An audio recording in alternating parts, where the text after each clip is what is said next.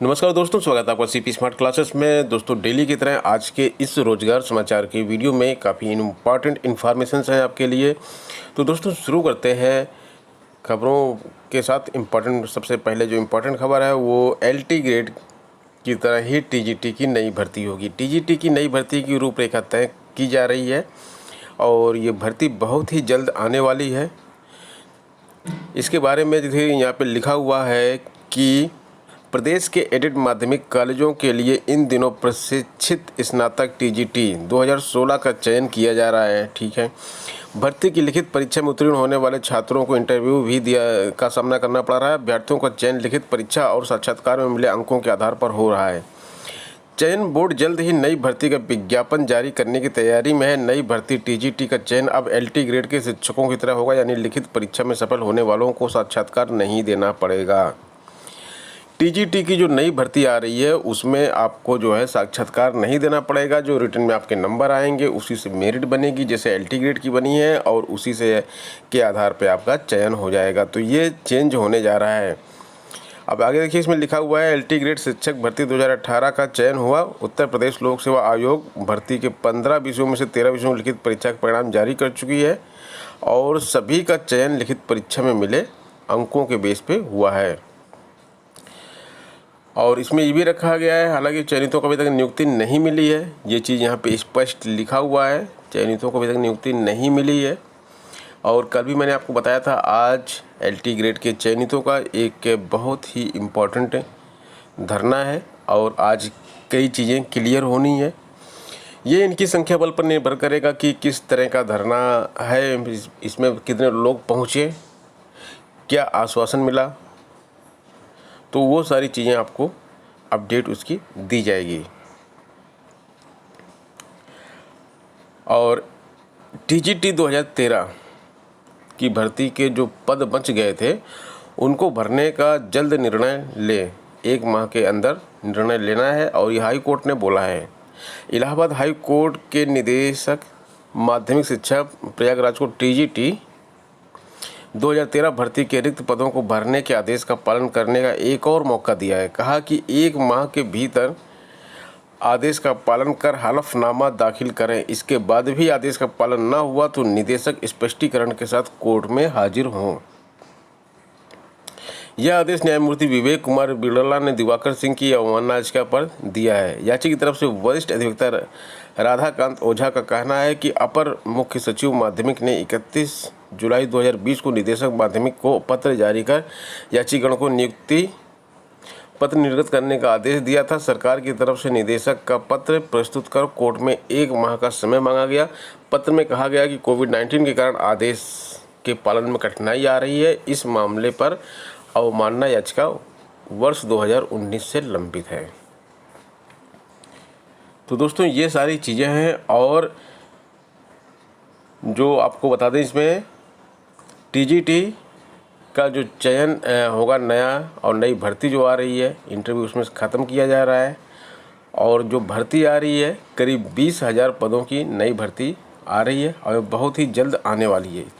20,000 पद बहुत ही ज़्यादा होते हैं। अगर आपने तैयारी अभी तक नहीं शुरू की है तो तैयारी शुरू कर दीजिए। अब तो देखिए, साक्षात्कार भी ख़त्म हो गया है। लिखित परीक्षा पर ही पूरा का पूरा दारोमदार होगा। लिखित परीक्षा से ही आपका चयन होगा। ACF RFO 2017 का साक्षात्कार 1 तारीख से होगा। आयोग की वेबसाइट पर जारी कर दिया गया है पूरा का पूरा कार्यक्रम। और इसके साथ साथ जो PCS का इंटरव्यू 2018 का चल रहा था वो आज समाप्त हो गया। ACF RFO के 137 पदों के लिए 333 अभ्यर्थी सफल घोषित किए गए हैं। ROARO 2016 के प्रारंभिक परीक्षा की तारीख फिर 1 हफ्ते के लिए बढ़ गई है। ROARO की प्रारंभिक परीक्षा जो है 2016 की एक बार पहले हो चुकी है। उस परीक्षा को निरस्त किया गया, दोबारा इसकी डेट दी गई तो उस समय कोविड-19 के कारण इसको स्थगित कर दिया गया। तीसरी बार डेट दी गई 13 सितंबर की, तो फिर उसको 1 हफ्ते के लिए आगे बढ़ा दिया गया है। अभी 20 तारीख को यह परीक्षा होगी। उत्तर प्रदेश लोक सेवा आयोग ने AE अभ्यर्थियों से वर्ग पूछा है। सम्मिलित राज्य अभियंत्रण सेवा 2019 1 नवंबर को प्रस्तावित है।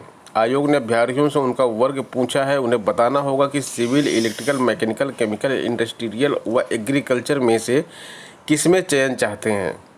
सूचना आयोग की वेबसाइट में 31 अगस्त तक देनी होगी। तय तारीख के बाद सूचना स्वीकार नहीं की जाएगी। तो सभी लोग ध्यान दें इसको, और अगर उन्होंने सूचना नहीं दी है तो सूचना अपनी दे दें। अगला समाचार है, आधारशिला से पढ़ाई नहीं तो गुरुजी पर होगी कार्रवाई। ये परिषदीय स्कूलों से संबंधित खबर है। परिषदीय स्कूल मतलब प्राथमिक स्कूल। अब इसके लिए जिला स्तरीय टास्क फोर्स की समीक्षा बैठक की जाएगी। इन स्कूलों में निरीक्षण के दौरान कुल 33 बिंदुओं पर फोकस किया जाएगा। पहले केवल 18 बिंदु थे, अभी 33 बिंदुओं पर फोकस किया जाएगा। आधारशिला शिक्षण संग्रह और ध्यानाकर्षण में वर्णित तकनीकी को प्रयोग में लाया जा रहा है। बच्चों में भाषा और गणित की मूलभूत समझ विकसित करने वाली पुस्तिका आधारशिला से पठन पाठन भी जरूरी है। अगर आधारशिला पुस्तिका से पढ़ाई नहीं हुई तो शिक्षकों के ऊपर कार्रवाई की जाएगी। इसके अलावा निरीक्षण के दौरान स्कूल यूनिफॉर्म, स्कूल बैग, जूता मोजा, स्वेटर, पाठ्य पुस्तक आदि भी देखा जाएगा। यह भी देखा जाएगा कि ARP और SRP से शिक्षक ने उपयुक्त सहयोग लिया या नहीं लिया। तो थोड़ा सा मुश्किल है अब प्राथमिक स्कूल के शिक्षकों के लिए, क्योंकि उनके कार्य को तय करने के लिए 33 पैमाने बना दिए गए हैं। और स्कूलों का जो निरीक्षण होगा उसमें और भी कई चीज़ें हैं। पुस्तकालय है, शुद्ध पानी है, क्रियाशील शौचालय है, शौचालय में पानी की आपूर्ति है, शौचालय में टाइल्स लगी है कि नहीं, दिव्यांग सुलभ शौचालय है कि नहीं, hand washing unit, mid day meal, ये सारी चीज़ें हैं। रसोई, ब्लैक बोर्ड, रंगाई पुताई, ये सारी चीज़ें निरीक्षण के दौरान देखी जाएगी। तो प्राथमिक शिक्षकों की नौकरी जो है अब और थोड़ी सी मुश्किल होगी, उनको यह सब मेंटेन करना पड़ेगा। स्नातक परिणाम के बाद DLED में प्रवेश होंगे। प्राथमिक स्कूल में शिक्षक बनने के लिए प्रशिक्षित डिप्लोमा इन एलिमेंट्री एजुकेशन 2020 में प्रवेश फिलहाल रुक गया है। शासन ने राज्य शैक्षिक अनुसंधान एवं प्रशिक्षण परिषद को निर्देश दिया है कि प्रवेश प्रक्रिया अब स्नातक के परिणाम आने के बाद शुरू की जाए। ऐसे में यह प्रवेश अब स्नातक के रिजल्ट के आने के बाद ही दिया जाएगा। उत्तर प्रदेश लोक सेवा आयोग ने यह नोटिस जारी की, जिसके बारे में मैंने अभी आपको बताया कि वर्ग छात्रों को बताना है कि किस वर्ग में वो सिलेक्शन चाहते हैं। JEE व नीट परीक्षा कराने का विरोध अब कई राज्यों में शुरू हो गया है और कई पार्टियों ने विरोध करना शुरू कर दिया है। दिल्ली, बंगाल समेत कई राज्यों की केंद्र को चिट्ठी लिखी गई है। नेशनल टेस्टिंग एजेंसी NTA ने JEE और नीट परीक्षा को समय पर कराने की घोषणा की। उसके बाद इनका विरोध छात्रों के साथ साथ अब राजनीतिक दल भी करने लगे हैं। दिल्ली के उप मुख्यमंत्री मनीष सिसोदिया के बाद पश्चिम बंगाल की मुख्यमंत्री ममता बनर्जी ने परीक्षाएं स्थगित करने को लेकर केंद्रीय शिक्षा मंत्रालय को पत्र लिखा है। इसमें से छात्र हित को ध्यान में रखते हुए तय आधार कार्यक्रम के आधार पर परीक्षा आयोजित करने की अपील की गई है। हिंदुस्तान एरोनॉटिक्स लिमिटेड यानी कि HAL बेंगलुरु में 2000 पदों की वैकेंसी निकली है। अप्रेंटिस एवं विजिटिंग फैकल्टी के मेंबर की पोस्ट है ये, और आयु जो है HAL के निर्धारित नियमों के अनुसार है। पात्रताएं संबंधित विषय से ITI, डिप्लोमा डिग्री, आवश्यक अनुभव इत्यादि के साथ अन्य पात्रताएं उम्मीदवार के पास होनी चाहिए। और जो गेस्ट फैकल्टी है उसका पारिश्रमिक भी यहाँ दिया गया है 550 रुपये प्रति घंटे व 225 रुपये प्रति घंटे की दर से क्रमशः कैटेगरी 1 व कैटेगरी 2 के लिए। ईमेल से आवेदन करना है। अंतिम तिथि 5 सितंबर 2020 है। तो जो छात्र इंटरेस्टेड हों वो HAL की वेबसाइट पर, ये वेबसाइट यहाँ पे दी गई है, जाकर इन्फॉर्मेशन और डिटेल्स में ले सकते हैं और अप्लाई कर सकते हैं। तो दोस्तों ये था आज का रोजगार समाचार और सारी प्रमुख खबरें, सारे अपडेट। मिलते हैं नेक्स्ट वीडियो में कुछ नई अपडेट्स के साथ। धन्यवाद।